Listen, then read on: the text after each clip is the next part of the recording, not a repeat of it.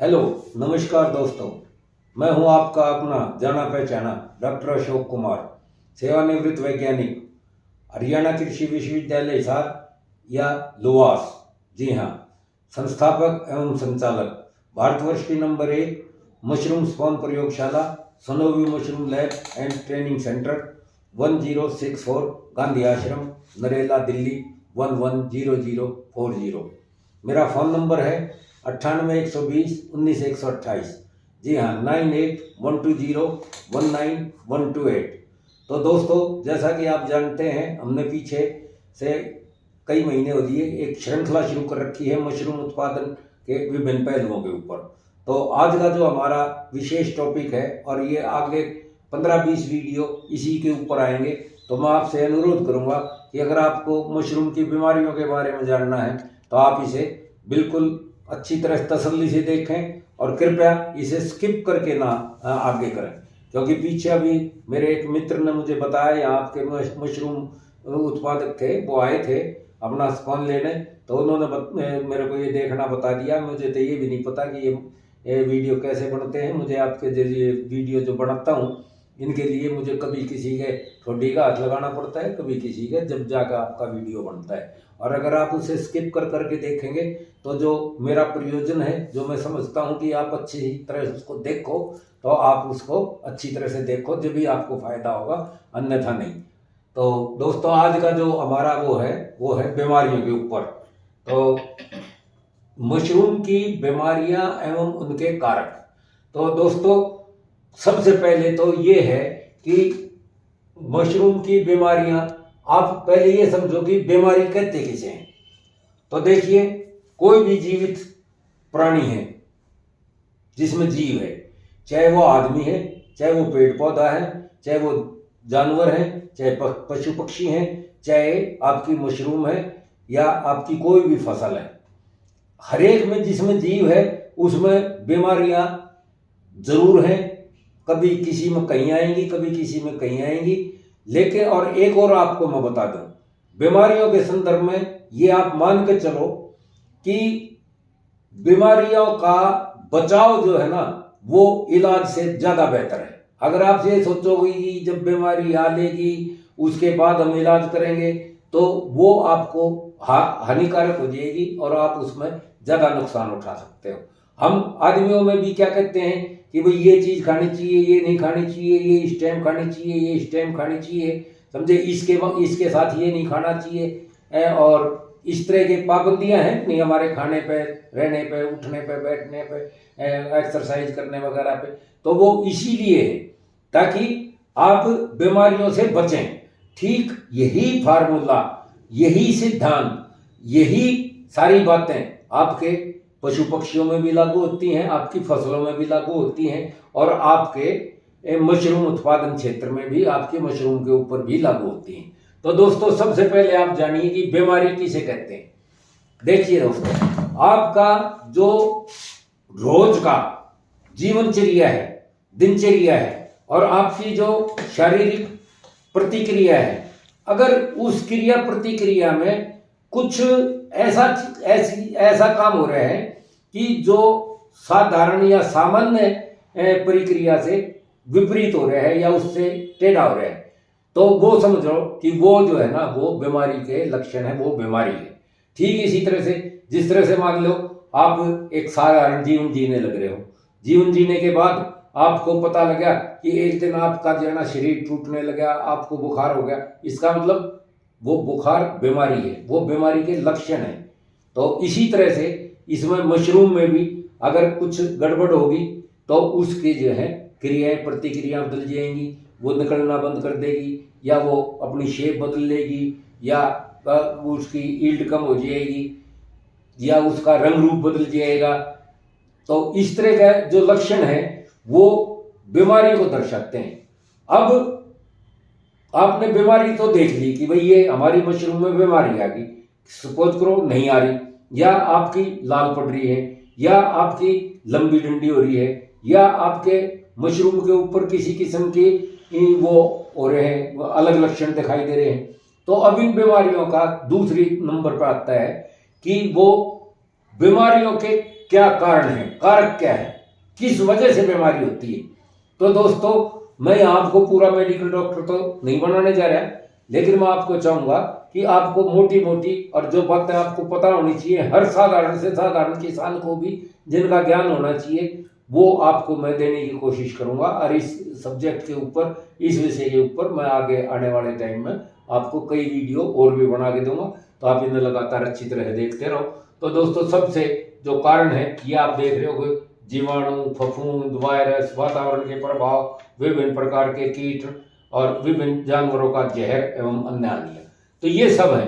तो आइए अब हम इसको पहले उससे लेते हैं कि सबसे मुख्य कारण बीमारियों का क्या है, जीवाणु। अब आप इन जीवाणुओं को पहचानोगे कैसे? देखो दोस्तों, बीमारी का जो आपने रक्षा करना है, जो बचना है, तो आप ये मान के चलो कि आपकी 90% बीमारियों के वो जो कारक होते हैं 90-95% तक, तो वो जो जिन चीज़ों से होते हैं वो आपको आम आँखों से, साधारण आँखों से आपको नहीं दिखाई देंगे। तो एक तरह से बीमारियों के ऊपर आपने जो कंट्रोल करना है वो एक ऐसा अदृश्य शत्रु है कि उन शत्रुओं को, अदृश्य शत्रुओं के ऊपर आपने विजय पानी है, उनको मारना है। तो जो आपको दिखाई नहीं दे रहा, आपको कोई आदमी दिखाई दे रहा है, आपको कोई पशु दिखाई दे रहा है कि भाई वो आपकी तरफ आ रहा है, या कोई आदमी है वो आपकी तरफ डंडा लेकर आ रहा है, लठ लेकर आ रहा है, या आपके ऊपर छुरा तान रखा है या रिवॉल्वर तान रखी, तो आप उसे पता लगाओगे कि भाई उसको तो पकड़ लोगे। लेकिन जो आपको दिखाई नहीं दे रहा है कि कब में क्या आप अंदर घुस गया, तो वो तो ऐसा कारक है ना जिसको आप नहीं देख सकते और उसके ऊपर आपने विजय पानी है। जैसे भी आपने ये जो जीवाणु मैं आपको बता रहा हूं, ये ऐसे जीव हैं जो बहुत सूक्ष्म है और इनका साइज भी बहुत थोड़ा होता है, लेकिन ये आपको नंगी आंखों से नहीं दिखाई देंगे। लेकिन इनको आप माइक्रोस्कोप, जो आप जगह जगह आजकल लैब में रखे हुए होंगे, आप देखते होंगे कि आपकी ब्लड की जो है वो लिया, बूंद ली और उसको बनाया, स्लाइड बनाई और फिर उसमें देखते हैं तो उसमें आपको आराम से दिखाई दे देता है। जिस तरह से आपका मलेरिया वगैरह है, तो मलेरिया की स्लाइड बनती है, उससे डॉक्टर जो है ना, या जो माइक्रोस्कोप में देखता है उसको देख लेता है। तो वो ऐसे जीवाणु, ऐसे जीव हैं जिनको आप माइक्रोस्कोप में देख सकते हैं, उनका साइज इतना होता है। यहाँ साइज क्या है, कितने माइक्रोन है, ये आपके लिए कोई मायने नहीं रखता, आपको ये जरूरी है कि आप उसको पहचान लें। अब इसमें जीवाणुओं में जैसे आपके मशरूम में, तो जीवाणु की कौन सी बीमारी है, खास तौर से जब आप ये देखते हो कि आपका फ्लैश गलने लगता है, फ्लैश गल जाता है, या आप देखते हो कि आपकी मशरूम के ऊपर, जो मशरूम है उसके ऊपर आपका लाल पीला कत्थई धब्बे आ जाते हैं, डिजाइन सा बन जाता है, तो इसको, इस बीमारी को क्या कहते हैं, इस बीमारी को बोलते हैं हम बैक्टीरियल ब्लॉच। Bacterial blotch. अब ये आपको पता होना चाहिए कि ये भाई बैक्टीरियल ब्लॉच आती किससे। ये एक किस्म का जीवाणु है, जिस जीवाणु से बैक्टीरियल ब्लॉच आती है। अब ये बढ़ते कैसे हैं, ये भी आपको आगे जब हम बैक्टीरियल ब्लॉच बीमारी की अलग से पहचान बताएंगे, अलग से वो करेंगे, तो उसमें हम आपको बताएंगे। तो बैक्टीरियल जो बीमारियां होती हैं, चाहे वो आदमियों की हो, चाहे वो आपके पशु पक्षियों में हो, चाहे फसलों में हो, चाहे आपके मशरूम में हो, तो इन बीमारियों को जो जीवाणु द्वारा होती हैं, जीवाणु द्वारा होने वाली बीमारियों में हम आने के बाद भी उन बीमारियों को हम दवाई वगैरह छिड़क के उनको हम कंट्रोल कर सकते हैं। जिस तरह से एंटीबायोटिक जिस तरह से आदमियों में देते हैं, इसी तरह से इनके भी एंटीबैक्टीरियल या एंटीबायोटिक अगर लगाएंगे तो ये बीमारियां हम कंट्रोल कर सकते हैं। अब दूसरी चीज क्या है, दूसरी चीज है फफूंद। फफूंद मतलब फंगस। आप देखिए कि मशरूम खुद एक फंगस है। अब जब आपको उसमें आपने इस तरह का वातावरण दे दिया, आपने अपने उसमें कंपोस्ट में, जिसमें कि खूब सारा न्यूट्रिशन है, अच्छी नमी है, अच्छा तापमान जब है, तो आप उसमें देखोगे कि उसमें जो है ना तरह तरह की फफूंद भी जनरेट करती हैं, क्योंकि उनको वहाँ खाना मिलता है। ठीक, ये भी इसी तरह से, जीवाणु भी इसी तरह से पनपते हैं, उनको भी चाहिए, तो फफूंद भी इसी तरह से। अब फफूंद में आपको देख रहे होगे, जैसे आपके यहाँ वो आती है white plaster mould, green mould, और आपका जो है ना ब्राउन प्लास्टर मोल्ड, आपका येलो मोल्ड, ये जितने मोल्ड्स हैं, जिन बीमारियों के सामने नाम के आगे मोल्ड्स लगे हुए हैं, वो सारी बीमारियां जो है ना विभिन्न प्रकार की फफूंदियों से आती हैं। तो इनमें जो है ना फफूंद का जो है ये क्या है कि एक कण तो आपका अगर एक बीजाणु है फफूंद का, तो वो आपको नंगी आंख से नहीं दिखाई देगा, लेकिन जब समूह में आते हैं तो ये आपको नंगी आंखों से भी फफूंद आपको चमक जाएगी। ठीक वैसे ही जैसे बरसात के दिनों में अगर आपने डबल रोटी रख रखी है या आपकी रोटी रखी हुई है, तो कई बार आप देखते होगे ना कि उसके ऊपर हरी काली पीली जो है ना इस तरह की फफूंद लग जाती है, तो वो फफूंद का समूह है और इसका साइज भी काफी छोटा होता है। वातावरण में आपको ये नहीं दिखाई देगा, लेकिन जहां इसको बैठने का, इसको रुकने का स्थान मिल जाएगा, जहां इसको खुराक मिल जाएगी, जहां इसको उचित तापमान मिल जाएगा, नमी मिल जाएगी, वहीं पे ये फिर फटाफट ग्रो कर लेगा और आपको समूह में वो दिखाई देगा। जिस तरह से आपके जो मशरूम का स्पॉन है उसमें भी आप देखते होगे, कई बार आपका हरा उसमें आ जाता है, कई बार उसमें आपका ये सफ़ेद सा आ जाता है, कई बार आपका उसमें ब्राउन सा आ जाता है। तो उसमें से भी ये आपके स्पॉन से भी जो है ना ये बीमारी आपकी तरह तरह के फफूंदी आपके यहाँ आपके फार्म पर पहुँच सकती है। इसी तरह से जिस तरह से जीवाणु के बारे में बताया था, तो जीवाणु का जब आपका थैली में आएगा तो उसमें आप देखोगे कि वहाँ पे हल्का सा जो है ना म्यूकस पाएगा। जिस तरह से आपका नाक साफ करते हो तो उसमें से वो निकलता है ना सलाइवा, तो उस तरह का चिपचिपापन पाएगा आपको थैली में। और उस थैली को जब आप फोड़ के देखोगे, वो करोगे, तो आप उसको जब सूंघोगे तो आप उसमें देखोगे कि जिसमें बैक्टीरियल का नुकसान है, तो उसमें आपको सड़े हुए संतरे जैसी या फलों जैसी बदबू आएगी। तो इसी तरह से फफूंद का जब होगा तो उसमें बदबू तो नहीं आएगी, लेकिन वो फैलेगा, उसका रंग दिखाई दे जाएगा, तो आप उसको पहचान सकते हो। तो विभिन्न फफूंद की जो बीमारियां हैं, जैसा कि मैंने बताया, वो फफूंद द्वारा आती है। अब एक कारण होता है वायरस। दोस्तों, वायरस एक ऐसा बीज है बीमारी का कि इसका साइज बहुत ही छोटा होता है। ये न तो आपको नंगी आंख से दिखाई देता है और न ही आपको माइक्रोस्कोप से आप इसे देख सकते हो। इसको देखने के लिए इलेक्ट्रॉन माइक्रोस्कोप की जरूरत होती है। इसका सबसे ताजा उदाहरण मैं आपको दूंगा। जैसे अभी आपके यहाँ विश्व में सारे के फैला था कोरोना एक वायरल वो था, वायरस से बीमारी थी। तो आप देख रहे होगे ना कि कहीं किसी को दिख रहा था, लेकिन कितना इसने एकदम पैनिक कर दिया, सारे संसार को हिला दिया, सबकी इकोनॉमी की स्थिति हिला दी, सबको घरों में बंद कर दिया। तो इस तरह से आप ये जो वायरस है, ये अभी आपकी खुशकिस्मती है कि अभी तक हिंदुस्तान में कहीं पे भी कोई भी मशरूम में वायरल डिजीज नहीं चमकी है। तो आप इससे अभी बचे हुए हो। तो ये वायरस है और ये इसी तरह की बीमारी आती है कि जब ये आ जाएगी तो आप ये समझ लो कि ये पूरे देश को बैठा देगी और बहुत तेजी से फैलती है।